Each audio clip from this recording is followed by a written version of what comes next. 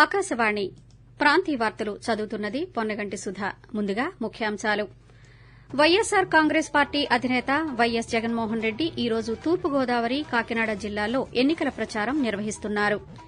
ఎన్నికల ప్రకటన వెలువడటంతో రాష్టంలో వివిధ పార్టీల అభ్యర్థులు నామినేషన్లు దాఖలు చేస్తున్నారు. ఎన్నికల నిబంధనల అతిక్రమణలను అరికట్టేందుకు క్షేత్రస్థాయిలో అనేక బృందాలను మోహరించినట్టు విశాఖ జిల్లా కలెక్టర్ డాక్టర్ ఏ మల్లికార్జున తెలిపారు.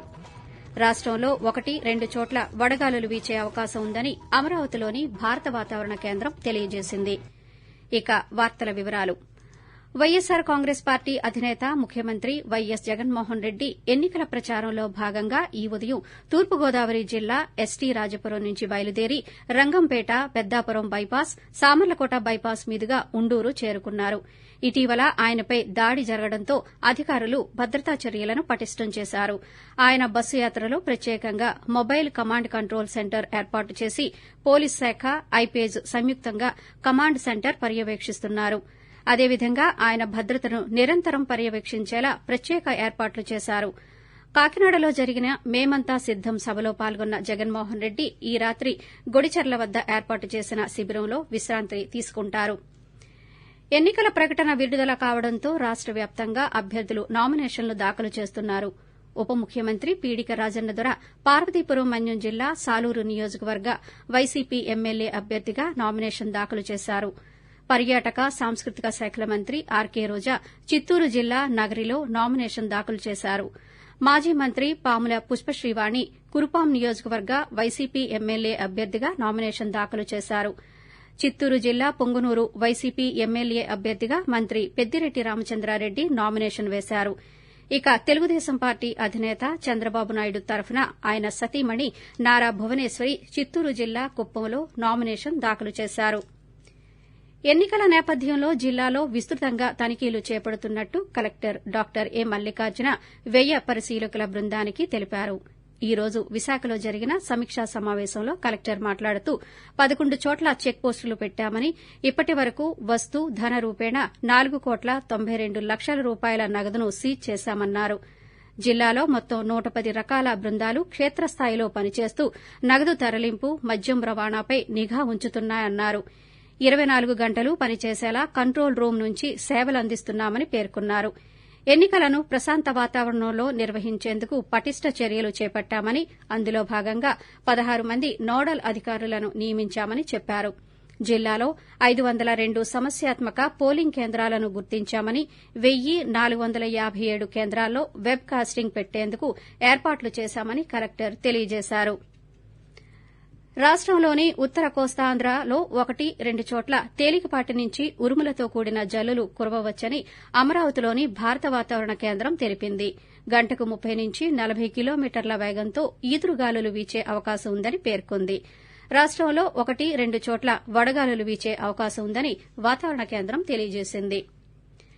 ఎన్నికల వ్యయ పరిశీలకులు నీనా నిగం సారథ్యంలోని బృందం ఈ రోజు విశాఖలోని కంప్లైంట్ మానిటరింగ్ కేంద్రాలను సందర్శించింది.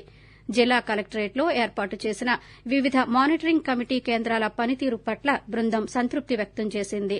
జిల్లా ఎన్నికల అధికారి కలెక్టర్ డాక్టర్ ఏ మల్లికార్జున, ఎంసీసీ నోడల్ అధికారి సీఎం సాయికాంత్ వర్మ ఆయా కేంద్రాల ద్వారా అందుతున్న సేవల వివరాలను పరిశీలకుల బృందానికి వివరించారు. నిరంతరాయంగా పనిచేసే web casting, MCMC, complaint monitoring కేంద్రాలను బృందం పరిశీలించి మానిటరింగ్ కేంద్రాల నుంచి అందుతున్న సేవలపై అధికారులను వివరాలు అడిగి తెలుసుకుంది. విశాఖపట్నం జిల్లాలోని అన్ని న్యాయస్థానాల్లో వచ్చే నెల 11వ తేదీన జాతీయ లోక్ అదాలత్ నిర్వహించనున్నట్టు జిల్లా న్యాయ సేవాధికార సంస్థ తెలియజేసింది. జిల్లాలోని వివిధ న్యాయస్థానాల్లో పెండింగ్లో ఉన్న కేసులు, సివిల్, చెక్ బౌన్స్, బ్యాంకింగ్ కేసులతో పాటు పారిశ్రామిక వివాదాలు, రాజీ పడదగ్గ క్రిమినల్ కేసులు పరిష్కరించుకోవచ్చని తెలిపింది. ఈ అవకాశాన్ని సద్వినియోగం చేసుకోవాలని సూచించింది. ప్రతి శుక్రవారం డైడేగా పాటించేలా ప్రజల్లో చైతన్యం కలిగించాలని పార్వతీపురం మన్యం జిల్లా మలేరియా అధికారి డాక్టర్ టి జగన్మోహన్ రావు అధికారులను ఆదేశించారు. నర్సీపురంలో వైద్య సిబ్బంది చేపట్టిన ఫ్రైడే డ్రైడే కార్యక్రమాన్ని ఆయన ఈ రోజు పరిశీలించారు. ఇంటి పరిసరాల్లో నీరు నిల్వ చేసే కుండీలు, నిలిచిపోయిన మురుగునీరు, పాడైన ప్లాస్టిక్ తదితర వస్తువులపై లార్వా చేరి దోమలు వృద్ది చెంది తద్వారా అనేక వ్యాధులు వ్యాప్తి చెందుతాయని ప్రజలకు వివరించారు. ఇంటి పరిసరాలను పరిశుభ్రంగా ఉంచుకోవాలని సూచించారు. అనంతరం ప్రిజం 10 అమలు తీరుపై ఆరా తీసి అడాప్షన్ అధికారులు పర్యవేక్షిస్తున్న గర్భిణులు, బాలింతల వివరాలను తెలుసుకుని పలు సూచనలు చేశారు. ఆకాశవాణి ప్రాంతీయ వార్తలు వింటున్నారు. గుంటూరు జిల్లాలోని కేంద్రీయ విద్యాలయంలో విద్యార్థులకు సృజన ఉత్సవ్ పేరిట పలు విభాగాల్లో పోటీలు జరిగాయి. ఈ పోటీలకు రాష్టంలోని వివిధ జిల్లాల నుంచి వచ్చిన 30 మంది బాలబాలికలు పాల్గొని ప్రతిభను ప్రదర్శించారు. ఈ సందర్భంగా కేంద్రీయ విద్యాలయం ఇన్ఛార్జి ప్రిన్సిపల్ టీఎల్ ప్రసన్న ఆకాశవాణితో మాట్లాడుతూ విద్యార్థుల్లోని సృజనాత్మకత, ప్రతిభను వెలికితీయడానికి కేంద్ర ప్రభుత్వం సృజన ఉత్సవ్ను నిర్వహిస్తోందని తెలియజేశారు. ఈ పోటీల విజేతలకు గుజరాత్లో జరగనున్న ప్రేరణ ఉత్సవ్లో పాల్గొనే అవకాశం లభిస్తుందని పేర్కొన్నారు. ఈ కార్యక్రమానికి రాష్ట ప్రభుత్వం తరఫున పరిశీలకులుగా వ్యవహరిస్తున్న కేఎం ప్రతిష్ట మాట్లాడుతూ ఇటువంటి కార్యక్రమాల ద్వారా విద్యార్థులకు వివిధ రంగాల్లో సవాళ్లను ఎదుర్కొనే సామర్థ్యం కలుగుతుందని వివరించారు.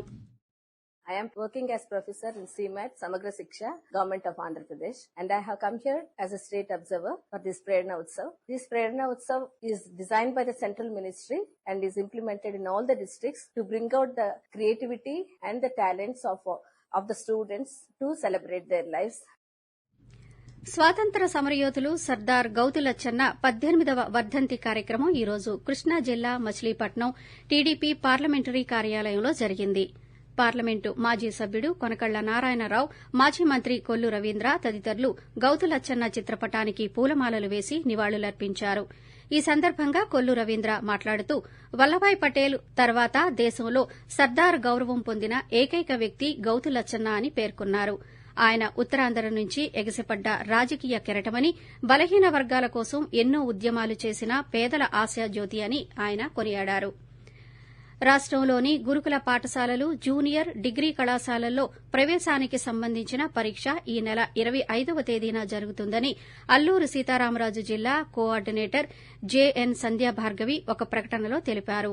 5, 6, 7, 8వ తరగతులకు ఉదయం 10 గంటల నుంచి మధ్యాహ్నం 12 గంటల వరకు, అలాగే కళాశాలలకు మధ్యాహ్నం 2 గంటల 30 నిమిషాల నుంచి సాయంత్రం 5 గంటల వరకు పరీక్షలు జరుగుతాయని వివరించారు.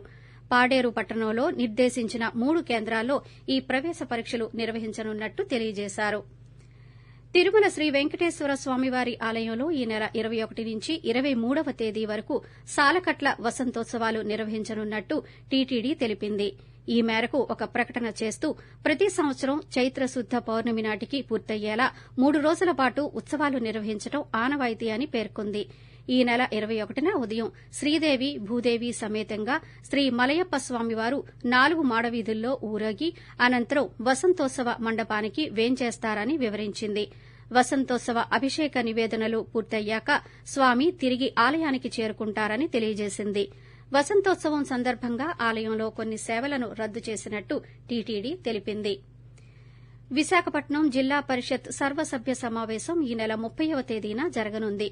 ఎన్నికల ప్రవర్తనా నియమావళి అమలులో ఉన్నందున 30వ తేదీన మధ్యాహ్నం 2 గంటలకు జెడ్పీ చైర్పర్సన్ జె సుభద్ర అధ్యక్షతన జెడ్పీ సమావేశ మందిరంలో సమావేశం జరగనుందని, సభ్యులంతా హాజరు కావాలని ముఖ్య కార్యనిర్వహణ అధికారి ఒక ప్రకటనలో సూచించారు.